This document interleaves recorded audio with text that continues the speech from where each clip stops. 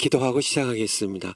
아버지 하나님 감사드립니다. 저희들 늘 부족해도 하나님 아버지 때문에 저희들 소망이 있고 또 저희들 승리하게 하실 하나님 때문에 기쁨으로 저희들 나갈 수 있어서 감사드립니다.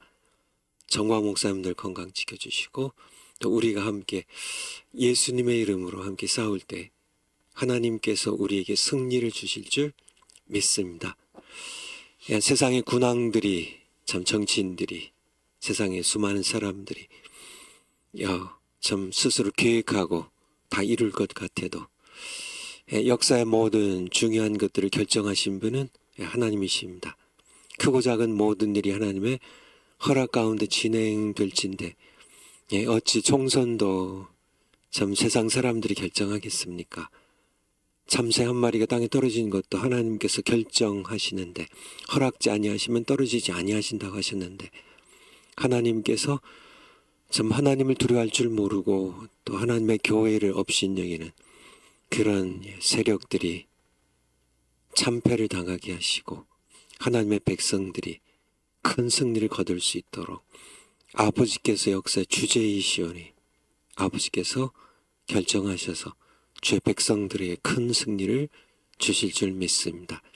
아버지께 감사드립니다. 저희들 또 성령난 강의 계속 하는데 저희들 그냥 듣고 지나가는 또는 참 성령에 관한 지식만 늘어서 지식에 저주에 빠지지 않고 저희들 실제로 성령의 생수의 강을 마시고 성령에 잠겨서 성령세를 받고 성령 충만해서 세상을 이기는 삶을 살아갈 수 있도록 그렇게 은총 베풀어 주시되 이 강의를 통하여 주님께서 은혜를 베풀어 주세요.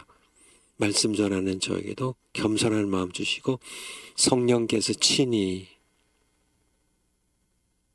역사하시는 저를 도구로 쓰셔서 좀 말씀하게 하시고 또 선포할 때 전하는 전하 듣는 모든 주의 귀한 백성들이 함께 이 강의를 듣고 성령을 더 뜨겁게 사모하고 성령에 더 충만해지고 또 우리가 정말 성령의 생수에 강에 잠겨서 모두 참 예수 그리스도를 증거하는 증인의 사역에 기름 부음 받는 저희들 모두 되게 하시옵소서.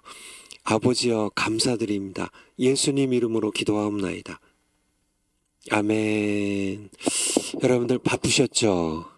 저 지난 토요일 또 어제 어제는 진짜 하루 종일 이렇게 광화문에서 지냈는데요. 여러분들도 그 자리에 계셨을 줄 믿고 이렇게 감사드리고 또 하나님께 감사드립니다. 어제 그 부활주일 우리 오후 3시부터 시작된 우리 부활절 연합 예배 드릴 때 바로 제 오른쪽 옆에 우리 홍수환 장로님이 앉으셨어요.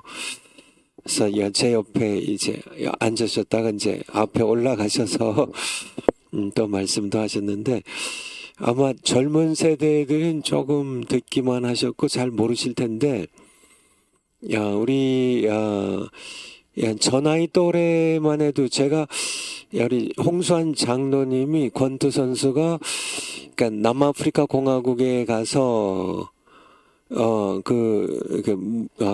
이름이 뭐더라 무슨 테일러 그 사람이 챔피언이었는데 가가지고 이렇게 도전을 해가지고 챔피언이 됐죠. 거기서 15회 판정승을 해가지고 대한민국에서 그 당시만 해도 1974년도거든요. 제가 대학교 1학년 때인데 저보다 한 10살 정도 더 많으신 분인데 이제 적지에 가가지고 챔피언이 돼가지고 한국에서 그 당시만 해도 이제 국제 전화가 굉장히 비쌌죠.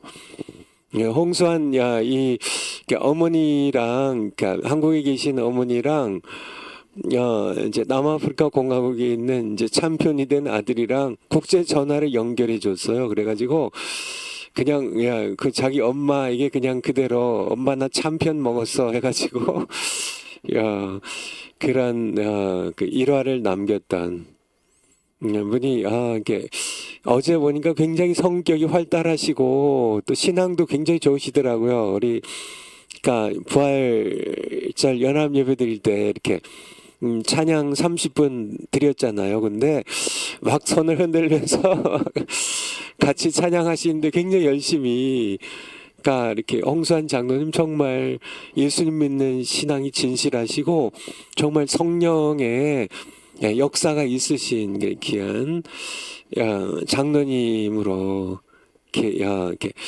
옆에서 이렇게 직접 이렇게 그렇잖아요. 다 통하잖아요. 이렇게. 그래서 이게 같은 성령을 받으신 귀한 장로님이시구나. 그런 생각이 들더라고요. 그러니까 우리 그러니까 홍수환 이 장로님이 이제 1977년도에, 그러니까 74년도에 챔피언이 됐다가 이제 제가 알고 있기로는 이제 챔피언 또 도전을 받아가지고 뺏겼어요.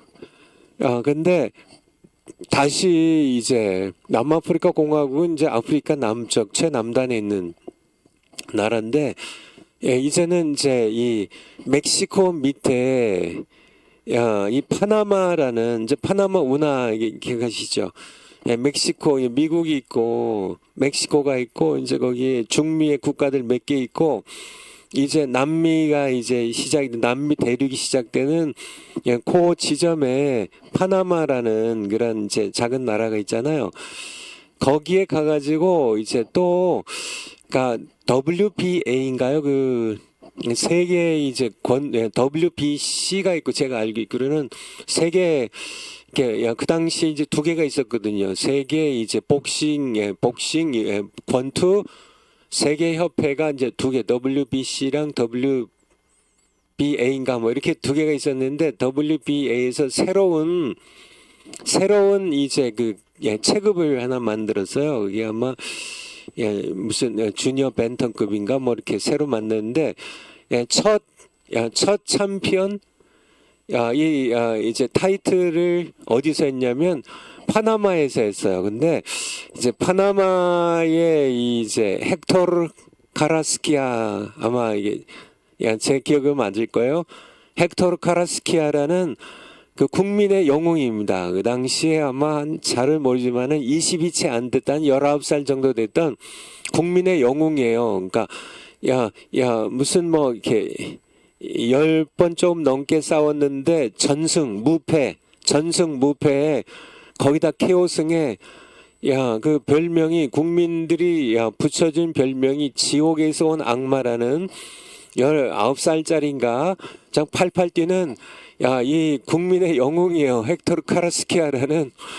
근데 이제 파나마 국민의 열화 같은 이 응원을 이렇게 덧입고 이제 이렇게 세계 권투 이제 고 체급의 세계 챔피언 이제 이렇게 경쟁자를 뽑는데 누가 낙점이 됐냐면 바로 홍수환 선수가 낙점이 된 겁니다. 왜냐면 이제 홍수환 선수는 이제 챔피언 이제 벨트도 뺏기고 이제 조금 이제 이렇게 전성기를 지난, 조금 그 당시 뭐래도 아직 젊어도 아직은 전성기를 지난 이제 30대 이제 뭐 이렇게 중반을 넘어서는 이제 그러는 이제 그러니까 복싱 선수니까 이제 그러니까 이렇게 만만하게 보고 이제 자기네 파나마로 불러들인 겁니다. 그래가지고 이제 당연히 자신들의 파나마의 국민 영웅 이 카라스키아가 제 챔피언이 되는 뭐 것을 보려고 이제 주최한 이제 WBA에 이제 이 사람들이 이제 완전히 이제 파나마 쪽으로 기울은 거죠. 그래가지고 이제 적지에 뛰어들어서 이 홍수환 장로님이 가서 권투를 하는데요, 파나마에서. 한번 이렇게 유튜브에 보면 나와요. 제가 이렇게 여러 해 전에 본 적이 있거든요. 보면 1회 그럭저럭 하고 2회에서 홍수환 선수가 4번 다운이 됩니다. 그러니까 링 바닥에 4번 이렇게 펀치를 맞고 쓰러져요. 근데 그 전에 이게 요즘은 이제 그렇게 4번씩 다운이 되지도 않고 3번인가 되면 자동적으로 그냥 케어패를 하는데, 예, 그 당시에는 예, 이렇게 권투 이 저기가 새롭게 이렇게 개정이 돼가지고 그냥 이렇게 본인이 그러니까 예, 완전히 쓰러져서 못 일어나지 않으면 못 일어나면 이게 그러니까 열을 세잖아요. 1, 2, 3 해가지고 열 세서 못 일어나면 이제 케어패고 또 본인이 기권하든지. 근데 그냥 열 세기 전에 일어나면 뭐 2번이고 4번이고 5번이고 그냥 계속 경기를 진행하는 거로 그렇게 권투 룰이 돼 있었기 때문에 근데 홍산 선수가 그러니까 2회 그러니까 이게 제가 알기로는 3분인가 하나요? 2회에 4번을 연속으로 쓰러졌는데 계속 일어났어요. 겨우 버텨가지고 이제 뭐 1분인가 쉬고 이제 3회가 시작이 됐는데 이제 3회는 이제 보나마나 뭐 이제 나가 떨어져 가지고 이제 케어패 하는 건데 상황이 완전히 달라진 거예요. 그러니까 그냥 뭐 모르겠어요. 하나님께서 그때부터 함께 하셔서 그랬다고 우리는 믿어야 되는데 3회 완전히 자기를 4번 그러니까 링 바닥에 그냥 뻗게 만들었던 이렇게 다운시켰던 카라스키아를 그냥 좁혀가지고 3회에 완전 케어승을 해버렸습니다. 3회. 케어승인가 열 셀 때까지 이제 카라스키아가 못 일어난 거죠. 그래가지고 이렇게 사전 5기의 신화를 쓴 홍수환 선수라는 그런 사전 5기. 제가 왜 이 말을 드리냐면 어제 이렇게 홍수환 장로님이 가서 이제 맨 마지막 시간에 이렇게 이제 좀 연설을 하셨잖아요. 근데 갑자기 그런 생각이 들더라고요. 이게 홍수환 선수가 사전 5기의 신화를 쓴 권투 선수인데, 우리 그러니까 정광훈 목사님이 선거에 지금 4번을 졌잖아요. 국회의원을 한 번도 못 냈습니다. 그래서 국회 진출을 실패했어요. 그렇게 우리 조영기 목사님, 김중건 목사님께서 그렇게 염원하시던 그런 국회 진출이 아직도 성공을 못했거든요. 근데 사전 5기라는 것이 그때 딱 생각이 난 거야. 이 하나님께서 홍수환 장로를 보내주신 게 이게 사전 5기의 신화를 우리 당이 사전 5기의 신화를 쓰기 위해 정광 목사님이 이제 4번 다운이 됐지만은 이제 5기 이제 5번째 이제 일어서셔 이제 국회에 이제 우리 정말 정광 목사님을 이외에 이제 국회 들어가서 싸울 자유통일에 정말 자유민주주의 시장경제 한미동맹 기독교 입국론을 위해서 싸울 하나님의 전사들이 권투 선수처럼 이제 정말 이제 사전 5기로 왕창 들어가 가지고 싸워서 대한민국을 살리고 자유통일 이루고 그리고 우리 북한의 2,500만 동포를 살리는 그런 역사를 이루겠구나 하는 그런 마음을 저에게 주셨는데요. 여러분들 다 동의하시지 않으세요?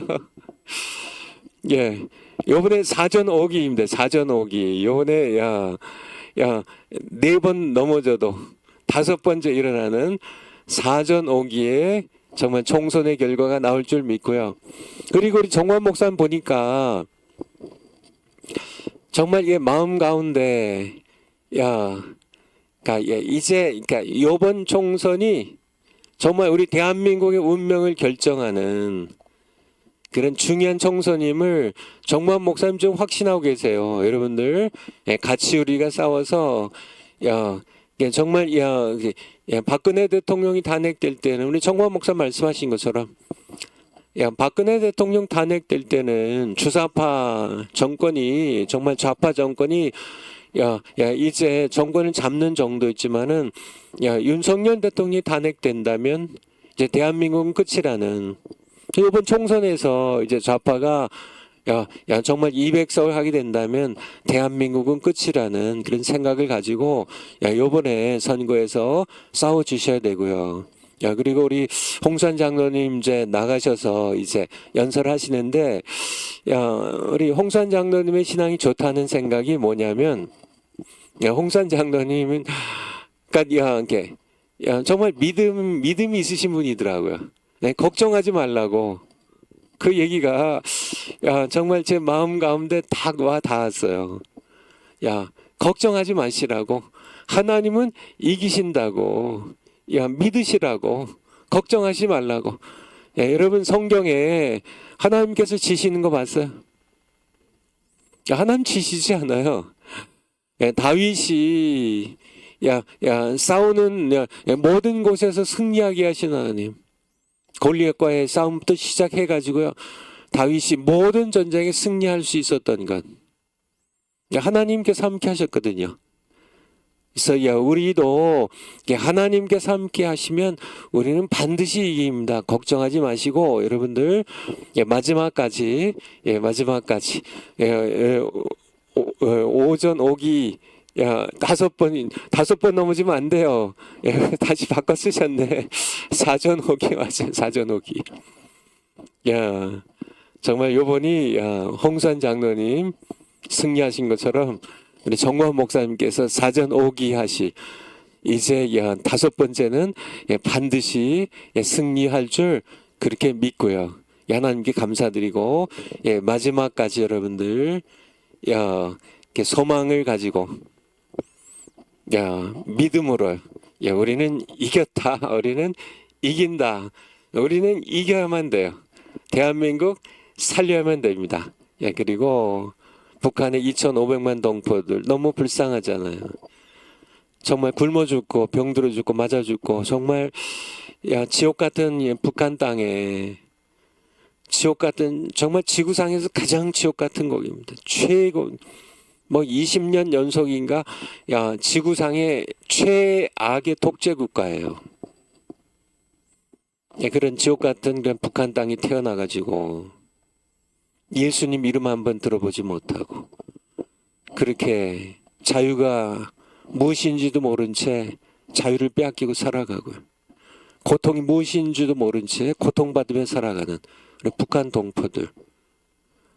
정말 그렇게 해도 천국만 가면 되는데 예수님 복음 한번 들어보지 못하고 지옥 같은 북한에 태어나서 다시 또 복음 못 들어봤으니까 예수님도 믿을 수가 없었고 그래서 또 지옥 가야 되는 북한 동포들 그들을 위해서도 여러분들 소망을 가지고 우리 이승만 대통령이 생각나네요. 1953년 7월 24일인가요? 휴전 조인식 할 때 이승만 대통령은 나가지 않았습니다.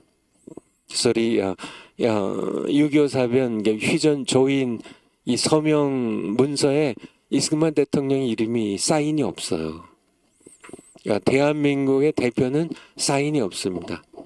김일성 사인도 있고 거기에 북한의 이제 누구의 총사령관 사인도 있고 팽독행가 우리 중공군 사인도 있고 미국의 클라크 장군인가요? 그의 사인도 있지만은 대한민국은 이승만 대통령 사인도 없고 이승만 대통령이 대한민국은 휴전을 할 수 없이 동의하지만은 서명은 하지 않는 서명하는데 가지 않고 대신 북한 동포를 향하여 성명을 발표하죠. 그게 동아일보에 났던데요. 아마 다른 신문에도 났겠죠. 이승만 대통령의 북한 동포들 향한 애끓는 우리가 이 휴전에 우리가 이렇게 동의할 수밖에 없었지만은 우리가 북한 동포들 여러분을 버리는 게 아닙니다.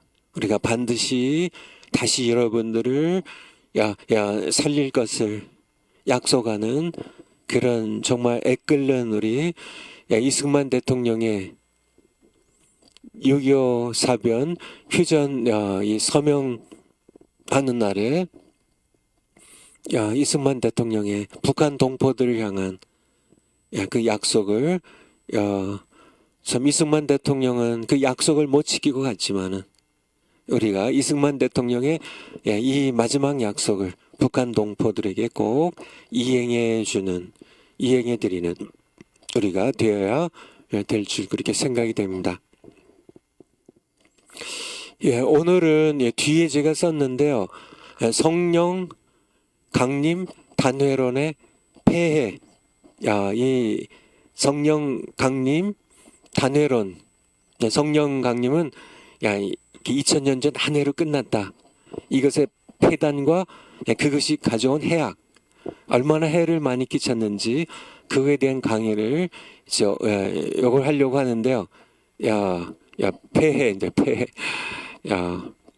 그런데 이것에 앞서 이제 지난 강의하던 것 좀 마무리하고 오늘은 이 성령 강림 단회론의 폐해에 대하여 오늘 강의를 하려고 합니다. 좀 앞으로의 강의를 조금 설명 좀 드리면 이제 오늘 요거 하고요. 다음 월요일 날 한국 교회의 성령론 역사에 대하여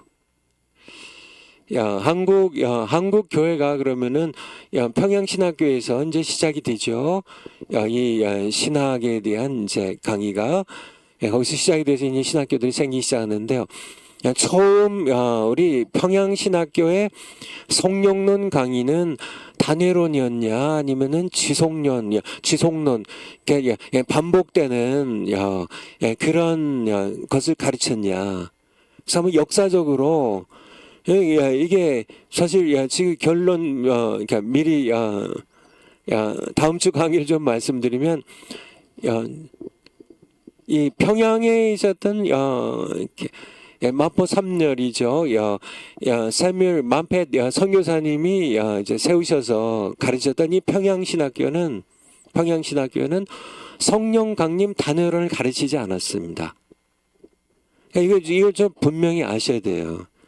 한국교회는 원래 이렇게 성령 강림 단회론을 원래부터 가르쳤다. 그게 아니에요. 그러니까 이걸 좀 이렇게 역사적으로 그래서 요즘 뭐 총신도 그렇고 장신도 그렇고 뭐 거의 모두 그냥 성령 세례를 거부하고 성령 강림은 끝났다. 성령 강림은 그때 한번 이루어지고 더 이상 없다. 이렇게 다들 목사님들 알고 계신데 이게 한국교회 처음의 역사가 아니란 얘기예요. 이게 중간에 단회론이 들어왔어요. 다시 우리는 성령 강림은 계속된다는 것을 다시 돌아가야 돼요. 그래서 다음 시간에는 성령 강림에 대한 그런 우리 한국 교회의 역사에 대하여 어떻게 이렇게 단회론이 들어오게 돼 있고 다시 돌아가야 된다는 거에 대하여 다음 시간에 강의를 하겠고요.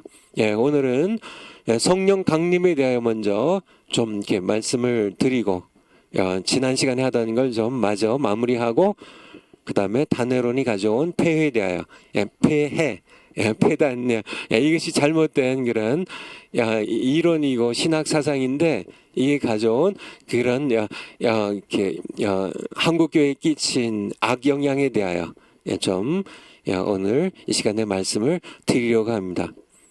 먼저 좀 성경을 한번 찾아보면요. 요한복음 3장 3절부터 요한복음 3장 3절 예수님께서 바리새인이고 관원이었던 이 니고데모를 만나는 그런 대화의 장면인데요. 니고데모는 뭐 1절부터 보면 바리새인이었고요.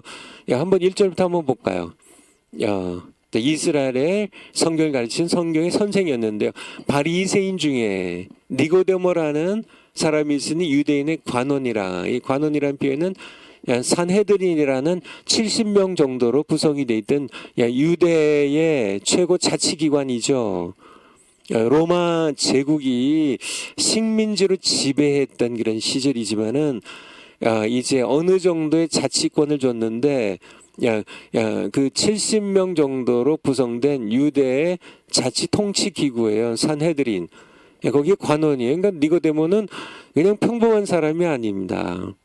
이게 바리새인이에요. 예수님 당시에 한 6천 명 정도 있었다고 하는데 이 바리새인들이고 신앙적으로 굉장한 열심파고요. 유대인의 관원이었고 예수님과 대화의 가운데 나온 것처럼 내가 이스라엘의 선생이 되어 이것도 모르냐고 이게 책망받았던 것처럼 성경을 가르치는 그런 선생이 니고데모 굉장한 분이죠.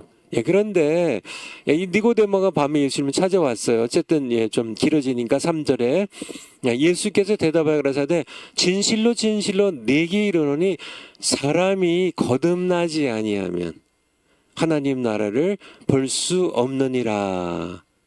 볼 수 없느니라. 4절에 니고데모가 이르되 사람이 늙으면 어떻게 날 수 있삼나이까. 두 번째 못해 들어갔다가 날 수 있삼나이까. 어제 우리 부활절 예배 때도 이 말씀이 나왔었죠.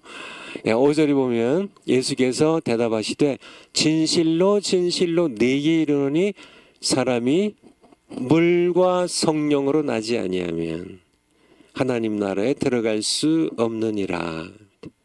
이게 물이라는 단어가 나오죠. 이 물은 물세를 가리켜요. 물세를 가리켜. 물과 성령으로. 그래서 물과 성령으로 나지 아니하면 이게 중생입니다. 성령 거듭. 우리 정광 목사님의 말씀표에 성령 거듭. 아마 93인가요? 물과 성령으로 이게 물세례 받을 때 성령으로 거듭나는 게 요거예요. 물과 성령으로 나지 아니하면 이게 요거는 그러니까 물세례 받고 성령으로 중생 요게 같이 일어나는 사건이에요. 물세례 성령 거듭. 나야 하나님 나라에 들어갈 수 있기. 여러분들 요거를 이렇게 머릿속에 넣어두세요. 이 중생입니다. 성령으로 거듭나는 것. 이게 구원의 사건이에요. 구원받는 겁니다. 물세례 받고 성령 거듭나고 이게 같은 사건이에요. 성령 거듭나면 물세례 받고 구원받은 거고, 그쵸, 하나님의 자녀 되는 거고, 영생하는 거고, 그쵸, 천국에 들어가는 거고, 하나님의 거룩한 성 새 예루살렘의 백성이 되는 거고, 이게 그러니까 죄산 받는 거고, 이게 제가 이렇게 썼던 것처럼 이렇게 중생이 했죠. 엄청난 거라고요. 성령 거듭 우리 정원 목사님 말씀표에 물세례 니고데모에게 물과 성령으로 이게 성령 거듭입니다. 이게 성령 거듭 이게 성령으로 거듭납니다. 중생이 거듭나는 거죠. 물세례 구원이고 정원 목사님 말씀표에 빨간 십자가의 피로 용서받는 거고. 이게 중생 엄청난 거죠. 엄청난 거죠. 중생 물세례 구원. 니고데모에게 네가 물과 성령으로 거듭나지 아니하면 하나님 나라에 들어갈 수 없다. 구원받지 못한다는. 여기에 이거에 대하여 이렇게 실제로 이제 그러니까 예수님께서 이제 3장, 요게 이제 3장이잖아요. 요한복음 3장에 니고데모에 대한데 요한복음 4장에 가보면 4장, 요한복음 4장 한번 7절부터 한번 보죠. 사마리아 여인과의 대화 가운데 사마리아 여자 하나가 물을 길러 왔음에 예수께서 물 좀, 여기 또 다시 물이 나와요. 우리가 3장에서 니고데모에 대화해서 물과 성령으로 내가 거듭나지 않으면 여기 또 물이 나오거든요. 이 물은 이제 수가성 우물의 이제 물입니다. 이게 진짜 이렇게 예수님 마시려고 물 좀 달라고 하신 거죠. 한번 조금 전에 10절. 예수께서 대답하여 가라사대 네가 만약 하나님의 선물과 또 네게 물 좀 달라 하는 이가 누구인 줄 알았다면 내가 그에게 구하였을 것이요 그가 생수를 네게 주었으리라. 11절에 여자가 이르되 주여 물 기를 그릇도 없고. 그래서 우물물이 깊은데요. 요즘 뭐 우물 요즘은 대한민국에서 사라졌죠. 옛날엔 다 물에서 우물에서 물기로 먹었죠. 시골에서요. 그래서 우물이 깊으면은 드레박이 있어잖아요. 그릇이 있어야 되잖아요. 이 우물은 깊은데 어디서 이 생수를 얻겠삼나이까. 이제 13절. 예수께서 대답하여 가라사대 이 물을 먹는 자마다 이 수가성 우물에 이 물을 먹는 자마다 다시 목마르려니와 14절에 내가 주는 물을 먹는 자는 영원히 목마르지 않냐리니 나의 주는 물은 그 속에서 영생하도록 솟아나는 샘물이 되리라. 이 샘물에 관한 얘기입니다. 이 물을 예수님이 주시는 물을 마시는 자, 샘물이 되리라는. 그러니까 이게 물을 마시면 그 속에서 영생할 때까지 솟아나는 샘물이 이게 솟아나서 그 물을 마시게 될 것이라는, 다시 목마르지 않을 것이라는 그런 예수님의 말씀인데요. 그래서 요한복음 4장에서 말씀하시는 예수님이 주는 물을 먹는 것, 이 물을 마시는 것이 바로 중생이에요. 그러니까 3장에서 물과 성령으로 거듭나지 아니하면 이렇게 말씀하셨는데, 이 성령으로 거듭날 때 이제 물세례를 받게 되는데요. 예수님께서는 사마리아 여인과의 대화에서 다시 말씀하시기를 내가 주는 물을 먹는 자는 영원히 목마르지 아니하리니 나의 주는 물은 그 속에서 영생하도록 솟아나는 샘물이 될 것이라고. 이 샘물이 될 것이라고 예수님께서 이렇게 말씀을 하고 계세요. 그런데 예수님께서 다시 또 물에 대하여 말씀하시는데요. 7장 37절이에요. 요한복음 7장 37절. 요한복음 7장 37절. 명절 끝날 곧 큰 날에 예수께서 서서 외쳐 가라사대 누구든지 목마르거든 내게로 와서 마시라. 38절에 나를 믿는 자는 성경의 이름과 같이 그 배에서 생수의 강이 흘러나리라 하시니 이는 그를 믿는 자의 받을 성령을 가리켜 말씀하신 것이라. 요한복음 7장에 보면 여기 이제 요한복음 3장에서 말씀하신 거고요. 요한복음 7장에 가보면은 생수의 강을 말씀하세요. 생수의 강입니다. 강. 그냥 샘물 마시는 게 아니라 생수의 강. 7장 38절에요. 생수의 강. 근데 이거는 성령을 가리켜 말씀하신 거라고. 중요한. 성령은 생수의 강이라는. 그래서 예수님께서 3장에서 말씀하시고 4장에서 말씀하실 때는 물과 성령으로 거듭남에 대하여 중생에 대해서 말씀하셨다면 7장에 가보면은 생수의 강입니다. 강은 에스겔이 환상 가운데 봤던 것처럼 능히 건너지 못할 깊은 강입니다. 큰 강이에요. 발목이 아니라 무릎이 아니라 허리가 아니라 머리도 차고 넘치는 깊은 강입니다. 헤엄쳐서 건너갈 수 없는 깊은 강, 생수의 강이죠. 생수의 강, 성령입니다. 그래서 요한복음 7장에서는 성령 세례에 대하여 우리에게 말씀하셨음을 우리는 알 수 있어요. 알 수 있어요. 그래서 우리 39절 다시 한번요. 보면 이렇게 괄호친 데 보면 예수께서 아직 영광을 받지 못하신 거로 성령이 아직 저희에게 계시지 아니하시더라. 이 말씀이 왜 이렇게 추가가 됐을지, 그러니까 이게 중요한 우리에게 힌트를 주고 계신데요.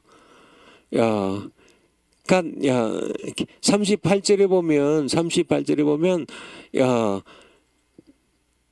나를 믿는 자는 성령 이름과 같이 그 배에서 생수의 강이 흘러나리라. 야, 이 배의 표현은 야, 우리의 존재 근원이라는, 우리의 존재 중심이라는 그런 뜻이에요. 배. 실제로 우리 배를 가리키는데, 야, 우리 존재의 근원 혹은 중심에서 생수의 강이 흘러나는데요. 39절에 이 생수의 강은 성령이에요. 근데 아직 성령이 부어지지 않았다고. 아직 부어지지 않았어요. 이게 중요한 힌트예요. 그래서 여기에 생수의 강, 요한복음 7장의 이 성령의 생수의 강은 중생인지 아니면 성령 세례를 가리키는 건지, 이거에 대한 답이 바로 여기에 나오는데요. 야, 아직 영광을 받지 못하신 거로 이게 무슨 뜻인가요? 아직 부활하시지 않았다는 뜻이죠. 예수께서 아직 이제 고난에, 십자가의 고난에 들어가시고 죽으시고 무덤에 묻히시고 아직은 거기 아직 십자가에 가지 않으셨어요. 이제 십자가 못 박혀 죽으셔도 아직 아니고요. 무덤에 묻히셔도 아직 아니시고 영광을 받으셔야, 부활하셔야, 부활과 이게 조직신화 우리 신학교에 배울 때 그리스도의 피하라 그러죠. 성육신부터 십자의 고난과 십자의 죽으심과 무덤에 묻히신 이게 다 그리스도의 피한데요. 낮아지심. 그리스도께서 이제 영광을 받으시는데 이 영광은 어디부터냐면 예수님의 부활부터입니다. 부활과 승천, 재림이 이제 이 영광이신데, 예수께서 아직 영광을 받지 못하신 거로 아직 부활 승천하시지 않았기 때문에 성령이 아직 그들에게 부어지지 않으셨다, 그런 뜻이거든요. 그럼 예수님께서 영광을 받으시면, 부활 승천하시면 어떤 일을 하시는가? 그거가 보면 바로 이 성령의 생수의 강이 무엇인지를 알 수 있겠죠. 영광, 이제 부활, 영광을 받으셨어요. 부활 승천하셨어요. 그 다음에 예수님이 하신 게 뭘까요? 성령을 푸신 겁니다. 이게 성령 강림이에요. 성령 강림을 이제 아직 영광을 받지 못하신 거로 아직 성령을 아직 부어주시지 않아서 성령이 아직 우리와 함께 그 당시에 제자들과 함께 계시지 않았지만은 이제 영광을 받으시고 승천하시면 이제 예수님이 하신 일이 뭐예요? 바로 하신 일이 성령 부어주신 겁니다. 그렇죠. 너희가 이 성을 떠나지 말고 예루살렘에 머물며 아버지의 약속하신 것을 기다리라. 사도행전 1장 4절에요. 5절에 보면 요한은 물로 세례를 베풀었지만은 너희가 몇 날이 못해요. 성령으로 세례를 받으리라. 성령으로 세례를 받으리라. 성령 세례거든요. 성령 세례. 그러니까 예수님께서 부활 승천하시면, 영광을 받으시면 바로 하신 일이 성령 세례예요. 그러니까 요한복음 7장 37절부터 39절까지의 성령의 생수의 강은 중생을 얘기하는 게 아니고요. 제자들은 이미 중생했기 때문에요. 중생에 관한 게 아니라, 물세례에 관한 게 아니라 성령 세례예요. 성령의 생수의 강에 우리가 함께 잠기는 밥티조. 그렇죠? 밥티조가 뭐예요? 물에 완전히 내가 잠긴다는 겁니다. 무릎까지가 아니라, 허리까지 아니라 내가 완전히 물에 잠길만, 이거는 샘물에서 샘물 이렇게 이렇게 퐁퐁퐁퐁 쏟아 나오는 샘물에서 몸 잠길 수 있어. 그건 아니죠. 그냥 이렇게 떠먹을 수는 있지만은 이 생수의 강에서는, 깊은 큰 강이죠. 우리가 거기에 잠길 수 있는 성령 세례를 가리키는 겁니다. 성령 세례. 그래서 요한복음 7장 37절부터 39절까지의 성령의 생수의 강은 성령 세례를 가리키는 거예요. 거기에 대한 아주 직접적인 힌트가 예수께서 아직 영광을 받지 못하신 거로.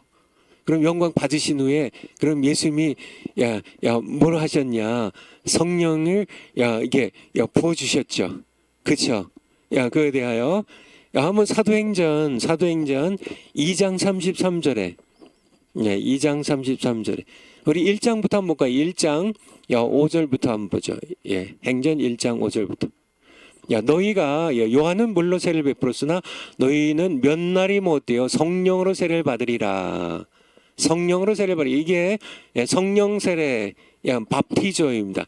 성령의 생수의 강에 세례는 이렇게 요단강에서 예수님이 세례를 받으셨듯이 잠기는 거예요. 샘물에서는 세례를 못 받아요. 강에서 받죠. 강에서. 그래서 생수의 강에서 성령이라는 생수의 강에서 세례를 받을 수 있는 겁니다. 그래서 너희가 이게 바로 요한복음 7장 37절 39절까지 성령의 생수의 강에 너희가 몇 날이 못되어 세례를 받으리라.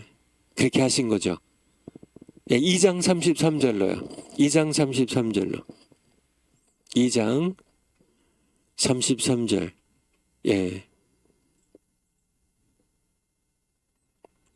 그래서 2장 33절에 보면 하나님이 오른손으로 예수를 아들을 높이심에 이게 영광을 받으시는 거예요. 이게 아시겠죠? 이게 사도행전 1장 이제 9절에 예수님 승천하시잖아요. 부활하시고 부활하시고 승천하신 거를 이제 오른손으로 예수를 높이심에 그러니까 예수님께서 이제 영광을 받으셨잖아요. 아까 우리가 요한복음 7장 39절에 예수께서 아직 영광을 받지 못하신 거로 성령의 아들 그들과 함께 계시지 않았다 이렇게 말씀하셨는데 이제 드디어 예수님께서 영광을 받으셨어요. 높이셨어요. 그래서 이제 성령을 부어주셨다. 그가 약속하신 성령, 아버지께서 약속한 성령을 이제 그러니까 예수님께서 이제 아버지께 받아서 너희 보고 듣는 이것을 부어주셨느니라. 에케오라는 게 헬라어인데요. 위로부터 하나님의 보좌로부터요. 지금 그러니까 하나님과 어린 양 예수님의 보좌 거기에서 이제 성령의 생수의 강을 이제 흘러내리게 하셨다는 거죠. 부어주신 거죠. 그래서 이거를 계속 부어주셨다. 위로부터 아래로 이렇게 이게 부어주셨다. 또 성령이 내려오셨다. 우리 사도행전 10장 뭐 많이 봤지만은 10장 44절에 10장 44절 44절에 베드로가 이 말을 할 때 성령이 말씀 듣는 모든 사람에게 내려오시니 어디로부터요? 어디로부터요? 하늘에 하나님과 그의 아들 어린 양 예수 그리스도의 보좌로부터 거기에 이제 발원지를 둔 성령이라는 생수의 강이 내려오시니라. 에피핍토라고 해요. 에피핍토. 위로부터 아래로 떨어지는 부어주시니라. 내려오셨다. 내려오셨다. 그러니까 고넬료 집에도 또 내려오셨어요.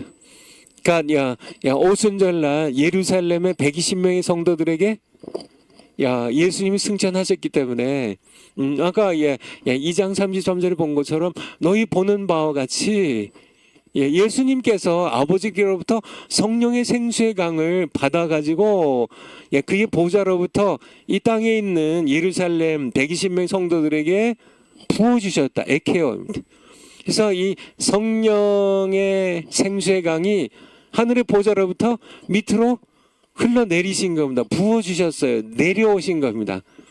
또 사마리아 교회에 또 부어주셔서 내려오셨어요. 또요 고넬료 집에 또 이게 보니까 내려오셨어요. 45절에 이방인들에게도 성령 부어주심을 인하여 논란이 내려오신 거 부어주신 거 다 성령의 생수의 강이 흘러내리는 것 어디로부터요? 어린 양의 보좌로부터요.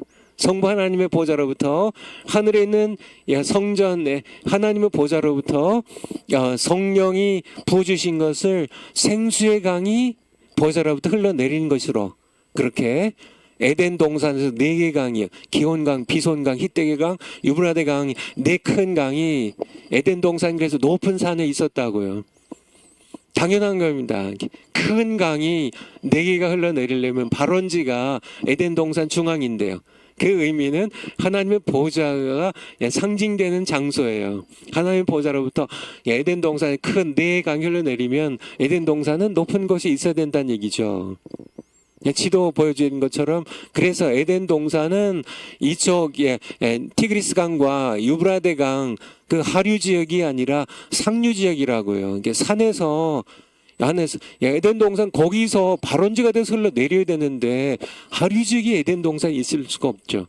이게 전부 다 성령의 생수의 강이 하늘로부터 하나님의 보좌로부터 흘러내리는 것에 대한 그림자들이에요. 에스겔 선지자에게 보여주신 것도 에게서 40장에 보면 크고 높은 산에 지극히 크고 높은 산에 데려가셔서 거기서 성읍 같은 것을 하나님의 성전을 봤는데 거기에 보니까 성전에 동편 문으로부터 물이 스며 흘러 나왔다고요. 근데 그것이 이제 천사가 1,000척을 500m를 이렇게 재서 들어가니까 발목에 다시 500m를 1,000척을 규빗이죠. 1,000규빗을 더 들어가니까 무릎에 또 1,000규빗을 더 들어가니까 허리에 차고 1,000규빗을 더 들어가니까 이제 능히 건너지 못할 깊은 강이 됐다고. 그게 어디서부터 흘러나온 생수의 강이요? 이 강이 흘러나온 것보다 좌우에 생명나무의 열매들이 줄로 주렁주렁 멀리고 이 생명수 강이 어디로부터요? 성전의 동편 문 지방에부터 스며 나왔는데 그게 어디서부터 어디가 발원지일까요? 하나님의 보좌, 어린 양의 보좌로부터. 새 예루살렘도 마찬가지예요. 이게 이제 장차 이루어질 것이지만은 성령은 이렇게 새 예루살렘도 높은 산에 이렇게 사도 요한을 이렇게 지극히 높은 산에 데리고 올라가셔서 거기서 보여주신 것이 바로 하늘에서 내려온 거룩한 성 새 예루살렘이죠. 거기에도 22장에 보면은 생수의 강이 흘러요. 생수의 강은 바로 이렇게 아버지 하나님과 아들 어린 양 예수님은 성전으로 또 태양과 그 영광으로 모습을 이렇게 자신의 모습을 보여주시지만은 생수의 강은 성령을 가리키는 영이신가 안 보이시는데요. 생수의 강을 보면 성령이 계속 흐르고 계시구나 하는 것을 알 수 있는 것처럼 오늘날도 성령의 생수의 강은 멈추지 않고 있다는 얘기예요. 성령의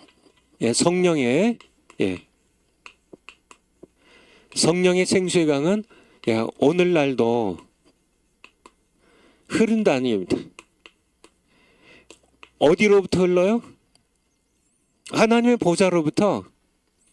생수의 강은 멈춘 적이 없어요, 여러분들. 땅에서 받는 우리의 문제이지 성령의 생수의 강은 그렇죠. 에덴 동산에 4강이 멈췄겠어요? 계속 흐르죠. 그렇죠. 장차 새 예루살렘에 이제 높은 산에서 하나님의 보좌로부터 흘러내릴 한번 볼까요? 요한계시록 22장 1절부터 한번 보죠. 요한계시록 22장 계시록 22장 1절부터 저가 수정같이 맑은 생명수 생수의 강을 내게 보이니 하나님과 및 어린 양의 보좌로부터 나서 길 가운데로 흐르더라. 그러니까 이 생수의 강이 성령은 계세요. 새 예루살렘에 성령이 계세요. 왜냐하면 나오잖아요. 성령과 교회가 성령과 신부가 말하기를 누구든지 목마른 자는 와서 마시라고 이렇게 성경 22장 맨 끝부분에 나오잖아요. 성령 계신데 안 보이시는데 그러면은 어떻게 성령을 볼 수 있나? 이게 바로 이 성령은 보좌도 이렇게 보좌에 앉으신 분도 아니시고요. 그러니까 이 생명수 강으로 우리는 성령이 계신 이게 계속 창세기 이제 1장부터 계속되는 게 성령은 생수의 강으로 하나님 어디로부터 1절에 하나님과 어린 양의 보호자로부터 여기가 성령의 생수의 강의 이제 근원지예요. 여기서 흘러나와 가지고 흘러내려오는데요. 근데 이 강은 이제 장차 새 예루살렘에도 멈출까요? 우리는 뭐 받기 싫습니다. 뭐 생수의 강 뭐 필요 없습니다. 뭐 그런다고 이게 멈출까요? 아니에요. 이거는 계속 흐르는 겁니다. 성령 강림은 단회성이 아니라 단회적인 것이 아니라 반복적이고 계속적인 겁니다. 계속 흘러내려요. 계속 흘러내립니다. 언제부터요? 2000년 전 오순절 첫 성령 강림부터 그때 하늘문을 여시고 예수님께서 아버지께로부터 성령의 생수의 강을 받으셔서 부어주기 시작하셔서 계속 흘러내려요. 그래서 예루살렘 교회에 흘러내렸습니다. 계속 흘러내려요. 사마리아 흘러내렸어요. 고넬료 집에 흘러내렸어요. 그쵸? 에베소 교회에 흘러내렸어요. 사도행전 19장이에요.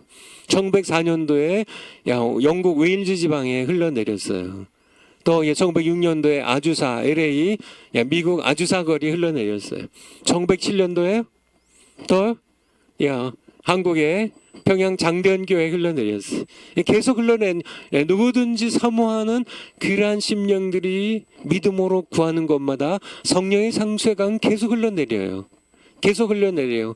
때와 장소를 구분하지 않고요. 우리 정관 목사님 통하여 참 집회가 열리는 곳마다 오살리 집회, 홍성 집회 계속 성령이 흘러내려요. 성령의 생수의 강은 멈춘 적이 없습니다. 반복적이에요. 계속 흘러내린다는 것을 이렇게 고넬료 집에도 성령의 생수의 강 흘러내렸어요. 또 흘러내린 겁니다. 저수지련이 아니라 정말 수평이동이 아니라 오늘날도 믿음으로 구하면 성령의 생수의 강은 계속 흘러내리고 있습니다. 우리가 이 생수의 강에 잠겨서 성령세를 받아야 돼요. 성령의 생수의 강이 흘러내릴 때 성령 강림이죠. 성령의 생수의 강이 흘러내릴 때 어떤 사람은 발목만큼만 아예 그냥 뭐 가까이 가지도 않는 사람들도 많지만요. 정말 많습니다. 지만은 이제 오살리 집회 참여에도 앞서서도 말씀드린 것처럼 발목 겨우 성령의 생수의 강에서 결국 발목 정도만 그냥 몇 모금만 마시고 떠난 분들도 계시고요. 아니면 허리까지 성령의 생수의 강에 자신을 잠그는 분도 있고요. 근데 완전히 성령의 생수의 강에 완전히 밥티죠. 성령 세례죠. 이거는 성령 세례의 의미는 로마서 6장 말씀처럼 내가 죽는 겁니다. 완전히. 물 세례와 마찬가지로 이제 완전한 물세례가 하나의 지정의에 대한 믿음의 고백이라고 한다면, 지정의를 하나님께 반납하는, 내가 그리스도와 함께 죽는 것에 대한 그런 이렇게 선언이라고 한다면 물세례가 중생이요. 성령 세례는 완전히 그냥 죽는 겁니다. 실제로.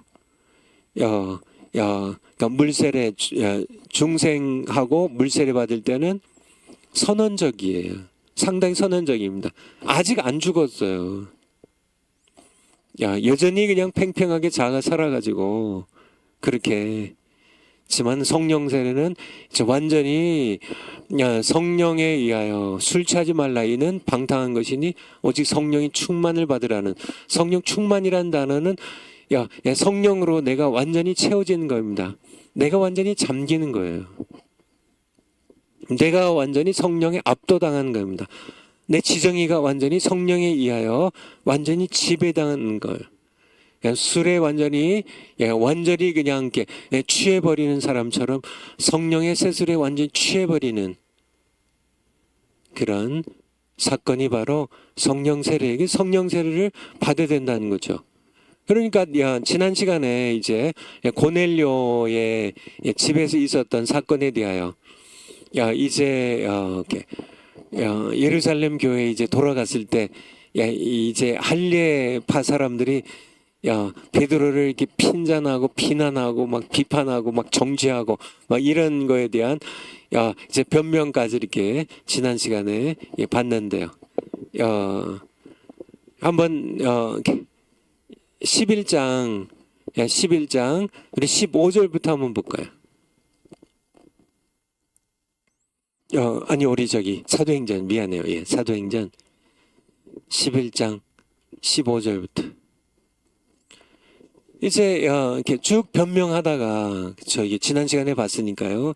1절부터 보면 이제 할례파 이제 돌아가니까 예루살렘 돌아가니까 이제 고넬료 집이 있던 가이사라에서 이제 예루살렘으로 가이사라는 해변 도시잖아요. 예루살렘은 이제 산악 지역입니다. 다시 이제 동쪽으로 이렇게 이동을 해가지고 이제 산악 지역에 예루살렘에 이제 돌아가니까 이제 할례파 예수님을 믿는데 여전히 율법을 지켜야 된다고 주장하는 유대인 할례파 신자들이 베드로를 비난했을 때 이제 쭉 내가 뭐 그냥 가고 싶어서 간 게 아니라 그냥 억지로 내가 떠밀려 갔다고 내가 3번 환상 하나님께서 보여주시고 그냥 이게 더러운 짐승 잡아먹으라고 그렇게 말씀하시고 하나님께서 깨끗게 하신 것을 더럽다 하지 말라고 이렇게 이방인들에게 나를 또 미셔가지고 내가 또 밀려가지고 가서 그렇게 갖고 또 하나님께서 내가 예수님 증거할 때 그냥 성령세를 먼저 주셔서 내가 할 수 없이 물세례 주고 왔다고 지금 변명하는 그런 내용인데요. 내가 말을 시작할 때 이게 예수님의 복음 전할 때 성령이 저희에게 임하시기를 처음 우리에게 하신 것 같이 하는지라. 처음이 언제요? 바로 사도행전 2장이에요. 오순절 날이 이미 이름에 그쵸? 성령세를 자기들이 받을 때와 똑같이 하는지라. 그러니까 이게 성령세는 성령의 강림은 성령의 생수강은 계속 흘러내린다는 얘기예요. 그러니까 계속 하나님께서는 계속 성령을 부어주시고 흘러내려 보내주시기를 원하시고 또 흘러내려 오시는데 사람들이 문제죠. 이 사도들도 문제였죠. 그렇죠. 그러니까 이방인들은 성령세례, 그러니까 이방인들의 성령세례 주실 지금 꿈에도 생각 못했죠. 그냥 물세례도 줄 생각도 없었는데 지난 시간에 본 것처럼 하나님께서 그냥 성령세를 팍 부어주시니까 성령이 내려오신지라 성령을 부어주신지라 우리에게처럼 아까 본 것처럼 10장 44절에 내가 말 시작할 때 성령이 에피피프터입니다. 내려오신지라 우리가 받은 것처럼 똑같이 성령을 부어주신지라 똑같이 그러니까 부어주신다고 에케어 부어주시고 성령의 생수강이 흘러 내려오시니까 할 수 없이 누가 맡겠냐 하나님께 성령세를 주시는데 그래서 물세례를 서둘러 주게 되죠. 베드로가 이제 처음 우리에게 하신 것 같이 하는지라. 그러니까 하나님께서는 계속 오늘날도 정말 예수 그리스도의 복음을 증거하고 성령의 세를 사모하며 성령의 생수강을 마시기 원하는 모든 자들에게 누구든지 목마르거든 내게로 와서 마시라. 이는 나를 믿을 백성들이 받을 성령을 가리켜 말씀하신 것이라. 성령의 생수의 강이 흘러나리라고 그 배에서 이렇게 말씀하신 것처럼 성령의 생수의 강은 지금도 끊임없이 하나님의 보좌로부터 어린 양의 보좌로부터 흘러 내려오시고 계시다는 지금도 계속이야. 계속이야. 어느 곳에든지 사모하고 구하는 것마다 성령의 생수강은 계속 하늘로부터 내려오신다는 멈춘 적이 없어요.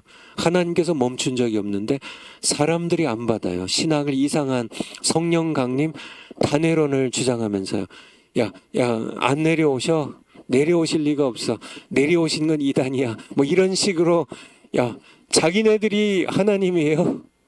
자기들이 다 요즘 신학자들이 하나님이고 목사님들이 하나님이고 하나님께서 베드로가 지금 회개하는 마음으로 이 간증하잖아요.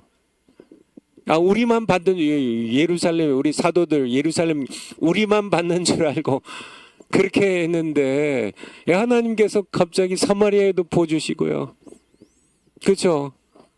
고넬료 이방인의 집에도 사마리아는 그래도 유대인 이방인 혼혈족이잖아요. 이게 완전히 순수 이방인들입니다. 고넬료는 순수 이방인들에게도 성령 세례를 부어주세요. 처음 우리에게 하신 것 같이 하는지라. 16절에 봐요. 여기 내가 주의 말씀에 요한은 물로 세례를 주었으나 너희는 성령으로 세례를 몇 날, 이 사도행전 1장 5절이잖아요. 너희가 몇 날이 못 되어서 너희가 성령으로 세례를 받으리라 하신 것이 생각났노라. 무슨 얘기예요? 바로 성령 세례를 15절에 처음 우리에게 성령 세례 주시듯이 우리에게도 성령 세례 주셨다는 겁니다. 15절에. 그러니까 성령 세례는 반복됐는데 성령 세례가 반복됐다는 얘기는 뭐예요? 성령의 강림이 또 여기 나오잖아요. 성령이 내려오신지라. 에피핍터입니다. 성령을 부어주신지라. 처음 우리 오순절날 우리 성령 부어주신 것처럼 성령 세례는 성령 강림은 지금도 지속되고 있고요. 지금도 지속되고 있고 반복돼서 고넬료 집에 에베소 교회 또 성경의 이 약속의 성령 세례는 참 인류 역사상 사모하는 것마다 그리고 20세기 들어서서 영국 웨일즈 지방의 평양의 장대현 교회도 성령을 부어주셨어요. 성령 부어주셨어요. 성령으로 세례 받는 걸 성령 세례 받았다는 건 부어주셨는데 위로부터 또 내려오셨는데 부어주셨는데 아니 성령 강림의 단회를 주장한 사람들은 성령을 믿는 거예요? 안 믿는 거예요? 너무나 명확하게 나와 있잖아요. 성령 내가 10장 44절에 다시 볼 필요 없잖아요. 10장 44절 봤잖아요. 내가 이 말을 할 때 성령이 내려오신지라 하나님 보좌로부터 성령의 생수의 강이 흘러 내려오셨어요. 10장 45절에 우리가 받은 것처럼 성령을 그들에게도 부어주셨어요. 살 수 없이 서둘러서 물세례를 줬어요. 성령이 그리고 가서 보고하면서도 11장 15절에 처음 우리가 오순절날 받는 것처럼 성령이 내려오셔서 성령을 처음처럼 또 부어주셔서 성령 강림이 또 있어서 이들이 성령으로 세례를 받는 것이 예수님 하신 말씀이 생각났다고. 이거는 유치원생도 다 이해하는 거 아니에요? 그렇게 근데 신학교에 신학을 전공하신 교수님들이 또 신학을 공부하신 목사님들이 아니 어떻게 이렇게 너무 단순하고 설명한 이 말씀을 왜 부인하냐고요. 당신들이 하나님이냐고. 베드로도 당장 굴복했는데 여러분들이 17절 보세요. 그런즉 하나님이 우리가 주 예수 그리스도를 믿을 때 주신 것 같은 성의 선물을 이거는 오순절 사건이죠. 선물을 저에게도 주셨으니 정화 목사님께서 2장 사도행전 2장 38절 이하에서 말씀한 것처럼 이 선물은 너희가 주 예수의 이름으로 세례를 받고 이 물세례입니다. 물세례 중생이에요. 세례를 받고 죄사함을 받고 세례를 받으면 성령을 선물로 주시리니 이 선물 요게 이제 성령 세례거든요. 물세례 다음에 성령 세례. 이 약속은 너희에게와 너희 후손들과 또 하나님께서 얼마든지 부르는 자들에게 하신 것이라고. 한번 사도행전 2장 한번 38절 한번 볼까요? 사도행전 2장 38절.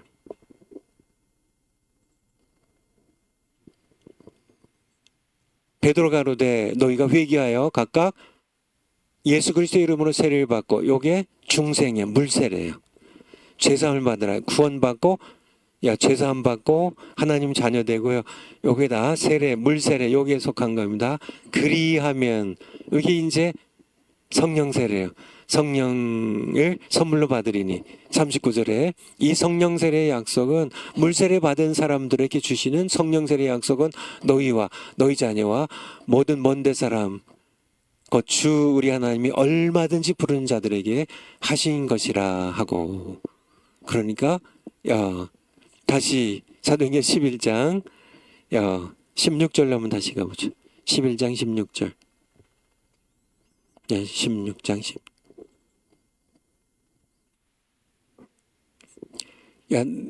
내가 주의 말씀에 요한은 물로 세례를 주었으나 너희는 성령으로 세례를 받으리라 하신 것이 생각났노라. 17절에 그런즉 하나님이 우리가 주 예수 그리스도를 믿을 때 약속하셨잖아요.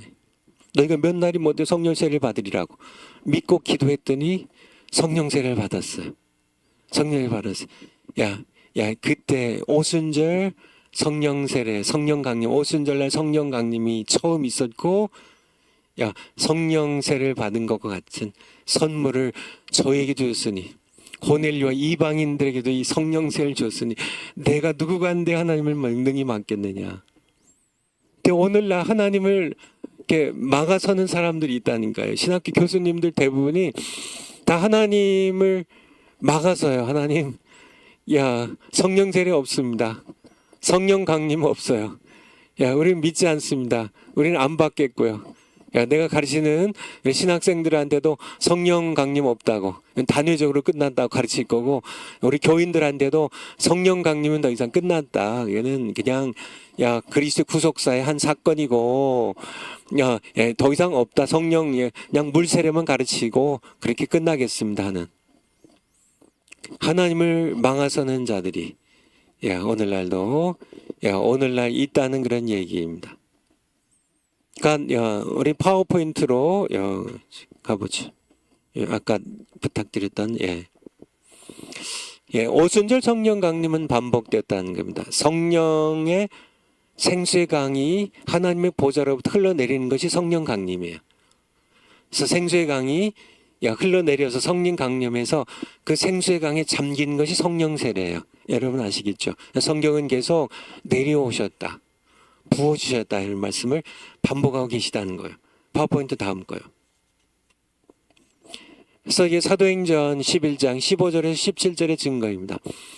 그러니까 베드로가 이제 예루살렘에 올라가서 그 당시에 사도들도 또 그 당시에 초대기 교회들도 그러니까 이거를 이렇게 성령 세례를 하나님께서는 계속 주고 싶어 하신다는, 성령의 강림은 생수의 강으로 계속 흘러 내려와야 된다는, 성령의 생수의 강을 막아서는 그게 안 된다는 거죠. 하나님을 막아서는 거죠. 가서 정말 처음 우리에게 하신 것 같이 하는지라.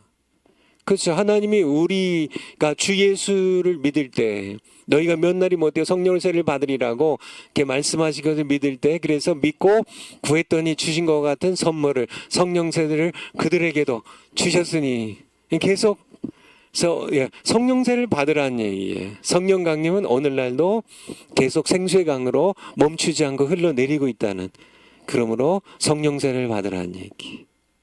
성령 세례를 받으라는 얘기.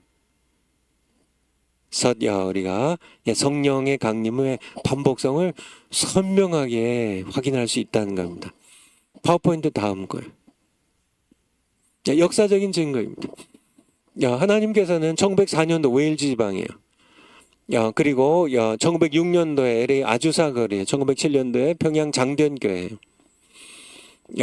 당시에 이제 평양에서 성령 강림을 목격한 선교사들이 본국에 이제 파송교회 보고하는 선교 보고죠. 이것을 한국의 오순절이라고, 코리안 펜타코스트라고 명명하는데 주저하지 않았다는 겁니다.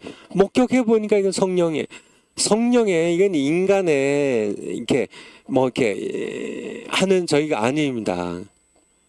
그냥 쏟아져 나오는 그냥 이렇게 폭포 같은 눈물, 회개, 방성, 대곡하며 기도하고 부르짖는 그런 기도들, 정말 자신의 그냥 온갖 수치스러운 모든 죄악을 쏟아내는 그런 이 역사는 성령의 생수에 강에 잠겼을 때밖에 그렇게밖에 인위적인 방법으로는 이런 일이 일어날 수가 없어요.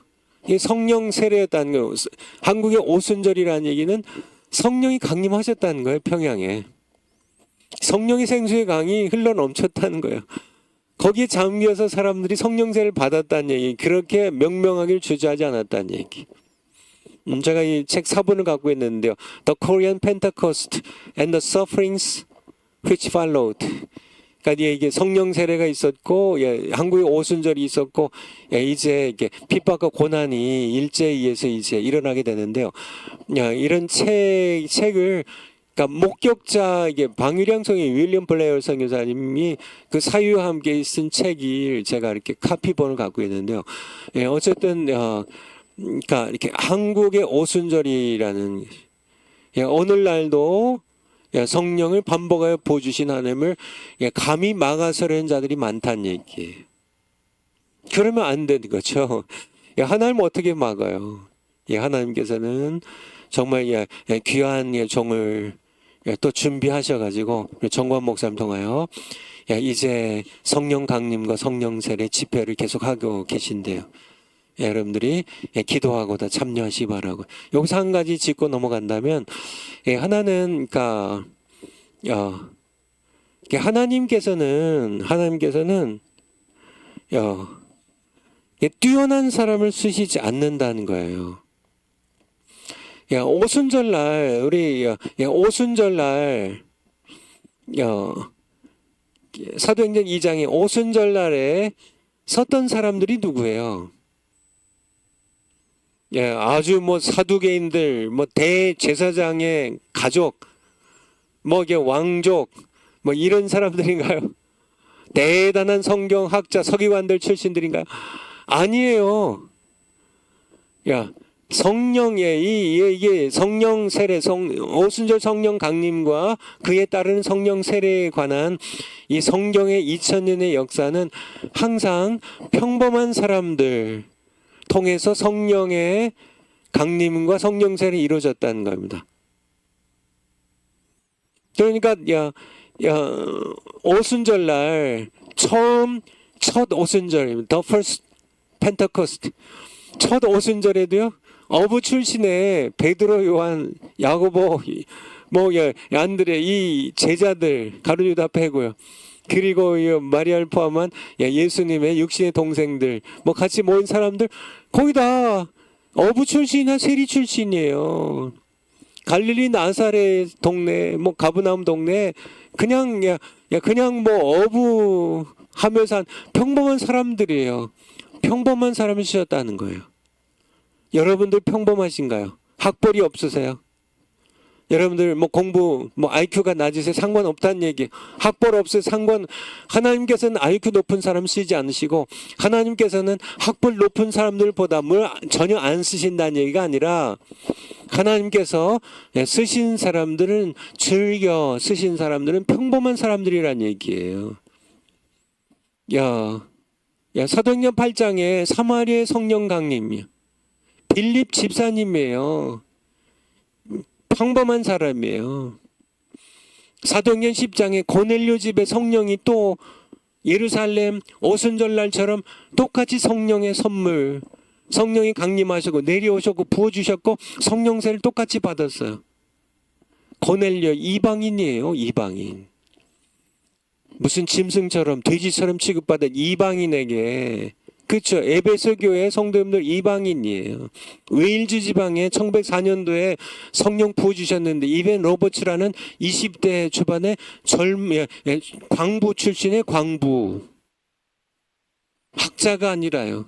귀족 출신이 아니라요. 학벌 자랑하고 이런 게 아니라 그렇죠. LA 아주사 거리의 교회 윌리엄 시모어라는 흑인 목사님이에요. 1906년도만 해도 흑인은 거의 노예 취급을 받던, 노예 선언은 됐지만은 그건 법적인 선언이었고 실제로 백인들이 지금도 차별하지만은 완전히 그렇게 흑인 목사님 아주 평범한 우리 장대현 교회 성령 보실 때 이 성령 세례가 날이 이렇게 성령 강림의 성령의 생수의 강이 부어지기 시작하는 그 시작점에 있는 분이 길선주 목사님이신데요. 그 당시에 조사하셨죠. 장로가 됐다, 조사가 됐다. 이 조사하면 전도사님이. 길선주 평범한 분이에요. 뭐 평안남도 안주 출신의 그냥 평범한 집안의 평범한 사람입니다. 근데 이분들의 여러분도 평범하셔도 하나님께서는 오히려 평범한 사람을 들어쓰세요. 고린도전서 1장에 나오잖아요. 오히려 그러니까 이렇게 배운 것이 적은 사람들, 미련한 자를 들어서 지혜로운 자들을, 학벌이 있는 자들을 부끄럽게 하시고 약한 자를 들어서 강한 자를 부끄럽게 하시는 하나님께서 평범한 사람들을, 갈릴리의 어부 출신의 사람들 들으셔서 정말 예루살렘에 그런 대제사장, 위세당당한 그런 대제사장 그들을 부끄럽게 하시는 하나님. 그렇게 고넬료 이방인을 들어서 정말 바리새인들 부끄럽게 하시는 하나님. 그렇게 평범한 사람들, 에벤 로버츠라는 광부 출신 들으셔서 그 시대에 정말 영국의 왕족들도 있고 뭐 그 시대에 무슨 국교회 해가지고 하이철치에서 뭐 대단한 그런 뭐 성경의 학실 가지고 뭐 신학 박사학위를 가지고 뭐 이렇게 하는 그런 사람들 다 제끼고 광부 젊은 청년을 들으셔서 영국의 웨일즈 지방에 성령 강림과 성령세를 부어주시는 하나님. 미국의 그 정말 대단한 그런 그런 신학이 발전돼 있고 박사 학위들이 있고 뭐 대형 교회들이 막 있고 뭐 그냥 그 당시 1906년도만 해도요 미국이 대단했죠. 그런데 흑인 출신의 목사님 그를 들어서 성령세를 주세요. 성령 강림을 그 교회에 부어주세요. 평양 장대현 교회 성령을 부어주세요. 길선주 목사님 평범한, 그러니까 여러분들 평범하셔도 여러분들 전혀 여러분들 부끄러워하지 마시고 나이 상관없습니다. 하나님께서 나이 보세요. 너희 나이가 너무 많으니까 안 되겠다. 정광 목사님 보세요. 정광 목사님 99세신데 99세보다 더 지혜로운 분이시죠. 성령을 받으니까 더 지혜로우시죠. 정말 이렇게 학교 공부 꼴찌하던 그런 그냥 공부 그냥 가로 겨우 졸업도 그냥 은혜로 졸업하시고 그렇죠. 대한신학교 야간 꼴찌로 졸업하신 분이 하나님께서는 IQ 보지 않으세요.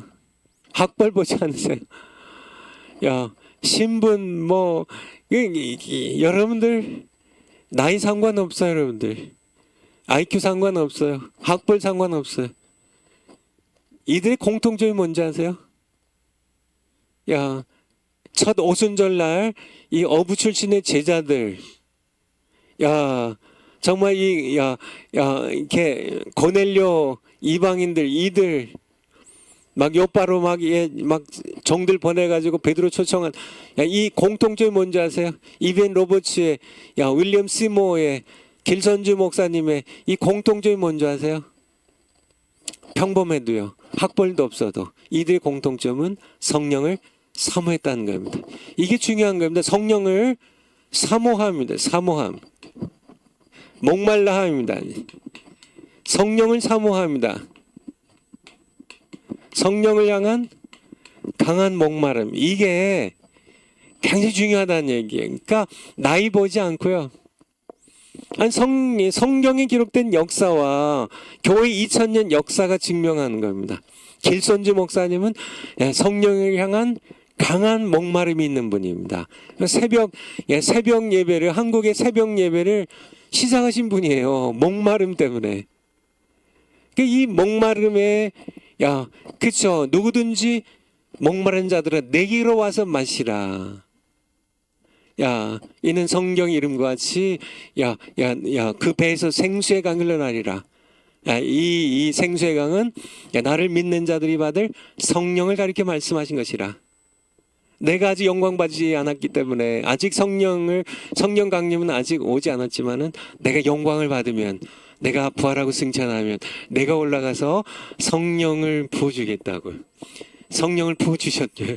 생수의 강일로 내려오지. 이게 성령 강림이에요. 성령 강림이. 근데 누구에게요? 목마른 자들. 목마른 자들아 내게로 와서 마시라는. 성령이 생수의 강을 마시고 또 성령이 생수강에 잠겨서 마음껏 마시는. 누구에게요? 목마른 자들에게. 목마른 자. 그러니까 계속 말씀하시는 게, 그러니까 첫 오순절 때도 마찬가지잖아요. 120명의 성도들이 어떻게 했다고요? 사도행전 1장 20절인가 보면 전혀 기도에 힘쓰니라. 그냥 이 약속 붙잡고 성령 너희가 몇 날이 못해 성령의 세례 받으리라고 그렇게 1장 5절에 약속하시니까 그들이 다락방에 올라가서 전혀 기도에 그냥 거기에 우리 정화 목사님 그 설명 가운데 있는 것처럼 누가 강도가 들어왔는데 칼로 가족들 다 죽인대요. 내가 이 칼을 쥐냐 못 쥐냐 이게 전혀 기도에 힘쓴다는 힘쓴다는 단어가 그렇게 그냥 사모함입니다. 이게 성령 세례 나에게 안 주시면 내가 죽겠습니다 하는 그 목마름. 그게 에벤 로버츠. 정말 오순절에 이 베드로와 120명 다 공통점이 길선주 목사님, 윌리엄 시모 다, 또 무디도, 그가 고백하기를 정말 성령 세례, 그가 하나님의 사역을 많이 했었죠. 꽤 어린이 사역을 많이 했습니다. 시카고에서요. 근데 뭐 몇백 명의 어린아이들이 모일 만큼 사역도 성공적인데 어떤 중년 부인 두 사람이 성령 세례 받아야 된다고 그때 충격을 받고요. 처음에는 화가 났지만은 성경 보니까 그게 맞아요. 그가 뉴욕에 정말 이렇게 시카고 대화재가 있었고요. 그래서 모금차 이제 뉴욕에 갔다가 뉴욕에서 성령세를 보여주지 않으시면 내가 차라리 죽겠습니다. 죽는 게 낫겠습니다. 그만큼 사모했을 때 하나님께 성령을 보여주셨는데 무디도 평범한 사람이잖아요. 그냥 자기 아마 외삼촌인가 그 구두방에 신발 파는 그런 점원밖에 안 되는 평범한 사람이에요. 공부도 못한 사람이에요. 근데 그에게 성령 보여주시니까 100만 명을 그러니까 신대륙과 미국과 영국에 100만 명을 예수님께로 인도했다고 할 만큼 성령세를 받은 그러니까 목마름이 있어야 된다는 얘기입니다. 여러분들 이게 성경과 기독교 교회의 역사가 여러분도 목마름만 가지면 성령의 강림은 지금도 생수의 강으로 하나님의 보좌로부터 계속 흘러내리고 있다는 얘기예요. 목마름을 가지고 성령의 강림의 생수의 강에 뛰어들면 성령 세례를 다 받으신다는 이 말씀을 드립니다. 파워포인트 다음 거요. 사실 이걸 하려고 했는데 오늘 시간이 너무 많이 갔네요. 너무 많이 갔어요. 그래서 이거를 다음 시간에 아무래도 해야 될 것 같아요. 그래서 이렇게 한번 읽고 기도하고 좀 오늘 조금 일찍 마치겠습니다. 오순절 성령 강림의 단회론이 가져온 폐해. 오순절 성령 강림의 단회론은 성령세를 사모하지 못하게 하고 사모하면 받는데요. 받지 못하게 함으로써 중생한 신자들로 하여금 사도행전을 경험하지 못하게 만들고 복음서의 제자에 머물게 하였다는. 우리 끝나기 전에 한번 우리 정화 목사님의 말씀표 그거 한번 보고 마치죠. 정화 목사님 말씀표 111번 맨 끝에서 뒤로 111번이에요. 거기 보면 여러분들 정화 목사님 설교를 들으셔서 말씀표 맨 끝에 111번 더 밑으로 111번 거기 그거 여러분들 제자들의 세 가지 영적 상태, 우리 정관 목사님 설교 기억나시죠? 육신의 예수 3년 반, 부활의 예수 40일. 그렇지만은 제자들은 완전치 못했다는 거예요. 승천의 예수, 승천하시면 이게 이제 예수님이 부활하시고 영광을 받으셨어요. 하나님 보좌 우편에 하나님의 보좌 우편 보좌에 이제 앉으셔서 예수님이 하신 게 뭐예요? 가장 먼저 하신 거, 약속하신 대로 너희가 몇 날이 못해요. 너희가 성령을 세례를 받으리라. 왜냐하면 내가 이제 아버지께 올라가면 아버지께 받아서 성령의 생수강을 내가 부어줄 거야. 흘려보낼 거야. 승천의 예수. 여기에 작은 글씨로 성령으로 우리와 함께 하심. 여기에 승천의 예수가 베푸신 게 성령 세례예요. 그런데 오늘날 육신의 예수입니다. 그러니까 기껏해야 이제 부활의 예수까지죠. 복음서의 맨 끝 부분이 이제 안식구 첫날 새벽 동틀 무렵에 예수님이 부활하셨다는 여기까지만 가르쳐요. 신학교에서 여기까지만 가르쳐요. 그래서 물세례만 가르쳐요. 중생만 가르쳐요. 그래서 복음서의 제자만 되게 해요. 복음서의 제자들 어떤 모습이에요? 복음서의 제자들. 그렇죠. 일도 해요. 2명씩 짝지어 나가서 천국 복음도 전파하고요. 또 뭐 이렇게 병도 좀 고치고 뭐 다 하긴 해요. 중생만 해도, 물세례 받고 중생만 해도, 구원만 받아도 하나님의 일을 어느 정도는 해요. 근데 복음서의 제자들이에요.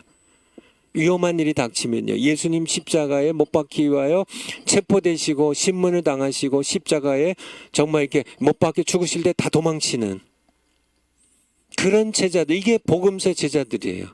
복음서의 제자들의 세 가지 영적 상태입니다. 예수님이 부활하셨어도 아직은 제자들이 두려움 가운데, 예수님 부활하셨는데, 그런 소식을 들었는데 문 닫고 숨어서 두려워 떨고 있는 그런 제자들. 근데요, 승천의 예수 하니까 사도행전 1장 5절에 너희가 이렇게 요한의 요한은 물로 세례를 받았지만은 너희가 몇 날이 못해 성령으로 세례를 받으리라. 성령 세례를 받으면 8절에 권능을 받고 예루살렘과 온 유대와 사마리아 땅 끝까지 이르러 내 증인이 되리라. 기름 부음이거든요. 근데 이 기름 부음과 함께 권능이 임해요. 오직 성령 세례를 임하면 너희가 권능을 받고, 승천의 예수, 여기까지 가야 성령 세례를 받아야 권능을 받아요. 그게 사도행전 1장 5절과 8절의 말씀입니다. 여기까지 가야 된다는 얘기예요. 근데 신학교에서 교수님들이 또 목사님들이 이게 승천의 예수님이 베푸시는 이 성령 강림과 성령 세례를 거부하니까, 이걸 가로막아서서 못 받게 하니까 오늘날 목사님들이 능력이 없어요. 설교의 능력이 없어요. 정말 그래서 반드시 우리가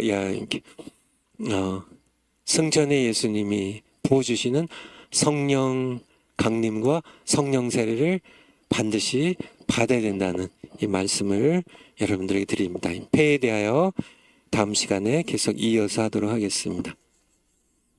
기도하고 마치겠습니다. 아버지 하나님 감사드립니다. 성령, 우리가 성령으로 거듭나서 중생하고 구원받고 죄사함받고 하나님의 자녀가 되고 천국 시민이 되고 우리가 새 예루살렘의 백성이 됐는데, 참 우리가 거기까지 복음서의 제자들 그 수준까지만 가고, 정말 너무나 많은 신학교들이 이제 승천하신 예수님께서 부어주시는 성령의 생수의 강에 잠겨서 성령 세례 받고 권능 받아서 예수님의 증인되는 이 사역의 기름 부음 받는 이 역사를 거부하고 있는 현실입니다. 많은 목사님들이 깨어나게 하시고 성령 세례 받게 하시고, 성도들이 깨어나서 성령 세례 받게 하시고 권능 받아서 예수님의 권능 있는, 능력 있는, 세상의 죄악을 이기고 악한 세력들을 이기는 능력 있는 그런 신자들, 목사님들 모두 될 수 있도록 그렇게 은혜 베풀어 주세요. 감사드리며 예수님 이름으로 기도합나이다. 아멘. 다음 시간에 뵙겠습니다. 감사합니다.